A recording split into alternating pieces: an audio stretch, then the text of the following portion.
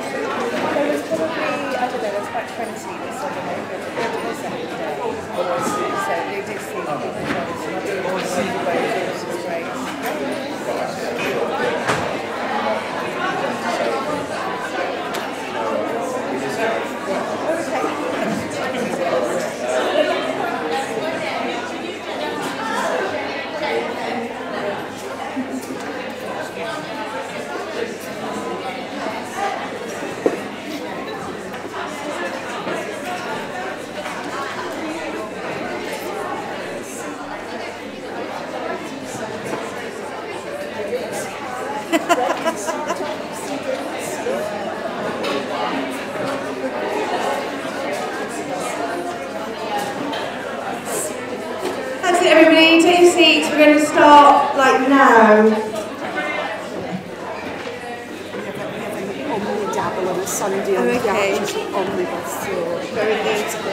We're going to start with a paper which isn't about the archers, it's actually about us, which is nice. Nobody can accuse us of navel gazing at all.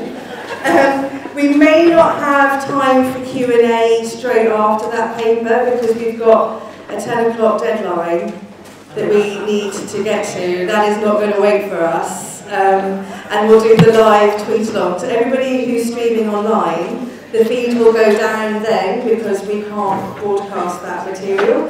But then we'll be back up and running at 11:15. So, without further ado... Thank you. Hello, can you hear me? Yeah, great. Hello, I'm Jerome Turner. I'm from Birmingham Centre for Media and Cultural Research at Birmingham City University. And a bit of context, I've been overhearing the Archers all my life, but properly started listening around about 2004 onwards.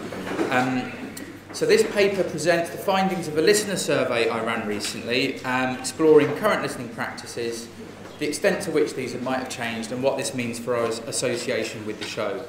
So I think I started thinking about the context for this piece of work about a year or so ago. So there'll be a bit of audience interaction with this. So my first question is, who's heard of Minecraft? Oh great, much better than I expected. So I don't need to explain what it is, but I sometimes play it on my mobile on the train commute. So it's essentially, it's a game you play on a phone or an Xbox or whatever in a kind of virtual world. And I managed to find a way to play Spotify music or Archers episodes in the background as I did so I could do Minecraft and Archers on the commute, everything at once.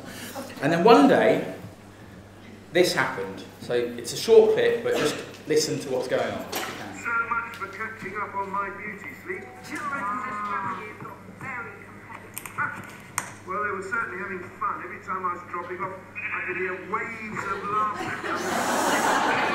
Right. Come on, let's get you out, shall we? Go on. So sometimes the stars align and you're tending to your sheep in Minecraft while David's tending to his sheep in the show, and you've got kind of like double sheep. And this got me wondering about how people's experiences of the show might have changed over the years and what that might reflect about how we use media today. So I've essentially got time for one slide of theory before I go into all the findings. But perhaps, so start with, perhaps the stereotype of the Archers listener is that it's in the kitchen, during chores, and this kind of aligns with Sean Moore's and Hobson's work situating radio in the family home and its routines, essentially. But Hobson also talks about it being a lifeline to the outside world. So this ties then quite neatly into Raymond Williams' theory of mobile privatisation, where media and an increasing choice in media, this kind of around about the 1980s, I think, takes the viewer out of the home. So it's less about media as mass consumption and more about people being empowered and having agency in using it. And then, as technologies allow it, scholars such as Bull and DeGay have stressed the significance of being able to locate that to the individual, so with the Walkman initially, and then now, of course, with smartphones. So, these are my research questions. How do people listen to the Archers today? Does listening context and habit affect our association with the show? And what do listeners get out of it? And how can we update our picture of the typical Archers listener? So I approached this with an online survey through Google Forms. This is the point where if you completed it and you want to, you can stick your hand up. Okay, so that's a good chunk of you. So this stayed live for a month. It was shared on Facebook groups and Twitter, resulting in 2,413 responses. And when I launched it, I thought it might get around about that many, but I kind of knew, so I was kind of prepared for it. So first of all, a huge thank you to all those people that completed it. Obviously, a lot of those people aren't in the room, so if you're watching on the live stream or whatever, thank you again. I should point out, though, that this means that the survey was obviously self-selecting, so more Archers fans rather than people who might just overhear it and grumble about it. And actually, I think we do have to recognise that that is part of the listening experience for some people. So it is, like, our partners who don't get it, that they are listeners in a way as well. It also represents only the digitally engaged because of the fact that it was advertised on Facebook, or their ability, people's abilities to do an online form or not, if they are or aren't on the internet. So I did actually ask Radio Times to try and help me deal with this, to kind of get to people who listen on radio only and aren't digitally engaged, but they weren't actually able to run anything in that to kind of get more responses, essentially. It's worth noting that a larger funded study would probably also include complementary methods such as interviews and research funding. Yes. and finally, what I'm presenting today hasn't yet gone through a full thematic analysis of all the long responses, but I'm happy to discuss that with anyone over a coffee later, because I'm planning to do a bit more of that. So I'll keep this relatively fast moving. Any questions, please jot them down. We'll cover them at some point later on. So for each one of these, I'm going to ask for very quick responses, lightning responses. First of all, do you think most people identify as an active listener, making efforts to listen on radio or catch up, or more passive? So active or active, right. Okay. So mostly active, yeah. And as I mentioned, this obviously may be a factor of the people that answered being self-selecting, but it's already a pretty clear indication of how passionately people feel about the Archers. And when do you listen? Do you listen live on the radio or afterwards on catch-up? Both, right, so yeah, a large chunk of that is both, actually. So there's some that will do one or the other. So interesting, in the blue here, a lot of those active listeners from the previous chart are doing so during the scheduled shows, but most commonly people said both. So they're kind of using catch-up to fill the holes in their listening. How do you listen? So I've got lots of options here for people to select from, but what method do you think was the most, in terms of the technology, what method do you think was the most? Radio, yeah. Okay, so, so no surprises, DAB and FM radio are the highest here. So there's again this sense that we use the traditional stereotypical method, stereotypical again, no pun intended, but supplement it with other methods and in ways that allow the media to stick with us, like the smartphone. What do you do while listening? Anyone? Top response. So I'm hearing a lot of kitchen activities. So again, this really fits the bill of the picture that Moores and Hobson drew. So it also matches a lot of the childhood overhearing accounts people gave that we'll come to. So it may be that we're subconsciously drawn to holding on to that nostalgic feeling in the ways that we listen. But these top three are also a factor of when the show is on and what it coincides with and how it becomes a part of the furniture of our everyday routines. So kitchen work, eating a meal together, commuting, etc. So having said that, I was amazed at how many people actually said they stopped to listen, so 500, and another 500 people also said they sat aside particular time just to listen. And there was a very long tail of additional responses people added of things they did. I remember one of them, particularly which felt like very Archers, was mucking the horses out. What's the most unusual place you've listened? So this was an open field response, so I got all kinds of answers. And so I'm glad somebody broke the back of using word clouds yesterday, but essentially this presents a word cloud showing the most frequently common used words in these responses. So the top shows, so ignoring some of the other common words here, like Archers listen, holiday features 120 times. So again, with that idea of the Walkman and the personalised experience being able to travel with us, but this is something extra than just our choice of music or our mixtape. It's a slice of the home of family life in our pocket, travelling with us. And note that nearly all the people here who used the word unusual in their response, I went through all those because I was interested, they were actually saying that they did not listen in unusual places, so that they felt they... so you could have a whole other conversation about what somebody means by usual or unusual, I suppose. Do you feel differently about the show depending on where you're listening to it? What do you think the response was generally? Right. And you're right. And that's actually one of the things that I was expecting to turn out a bit the other way. So mostly no, and no answer I would take... and no answer I would take... yeah, so if people gave no answer, I was also taking that to mean a no, like if they kind of left it blank. And also note, this is only people who literally just typed no. So there were a lot of people that said no and then qualified it with more of a response, and then that then goes up to 74% of respondents said no, didn't feel any different. So this again kind of supports that idea that we feel the same way about the show wherever we are and have those kinds of homely, affective associations with it inside or outside the house. So this is about kind of any change in your listening habits. So do you think, what kind of responses do you think we're getting from that? Yeah?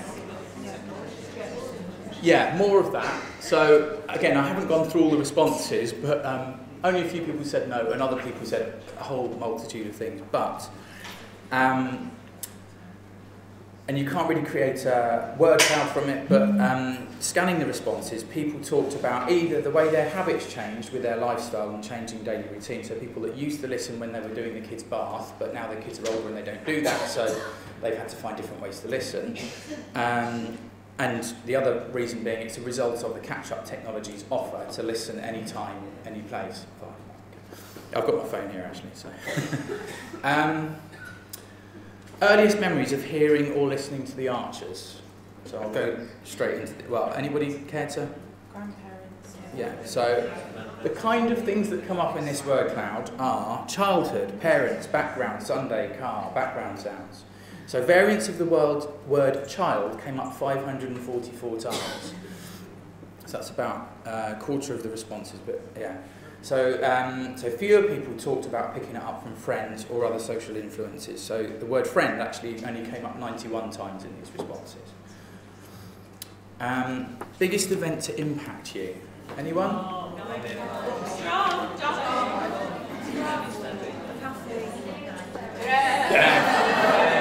So, 893 people had Helen in their response.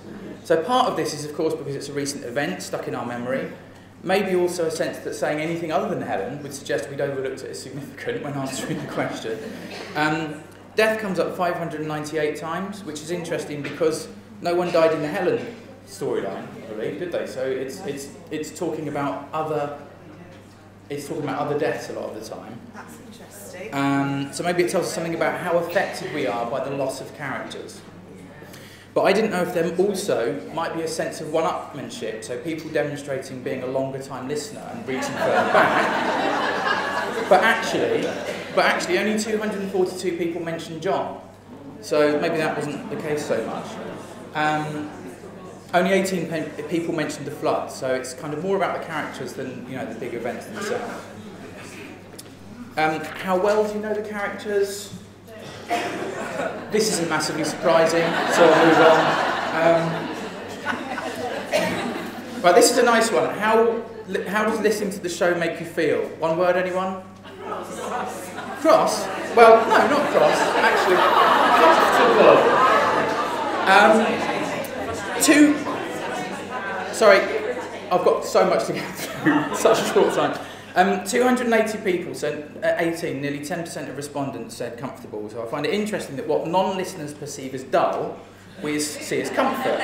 So people will listen to or watch the other drama media for thrills, excitement, tension, laughs, etc. But we enjoy the comfort. So last week on the Facebook group, someone asked why there wasn't more of Brexit in the show, and everyone replied they were happy about that we used the show partly to escape all that. So note also happy and relaxed. How do you talk to people about the show? So given the recruitment, Facebook groups are always going to come up high. I'm going to move on very quickly. Why do you listen to it? I'm sure many people have asked you this over the years, but people refer to the characters 408 times rather than storylines, suggesting this kind of effective emotional attachment again. 358 people talked about habit, going back to the significance of being a part of everyday routines for them, almost since childhood. So, conclusion slide, just squeezing in. Much of the practice here is still rooted, and sorry, when I say practice, I mean the things you do, is still rooted in the traditional radio format though, so whether DAB or FM, or built around everyday practices such as kitchen work. So this makes me think of how, the internet is often argued by many scholars to be supplementing rather than replacing other offline social experiences. But practices have changed, either because people's lifestyle or everyday routine has changed, or because they're using the digital options to catch up.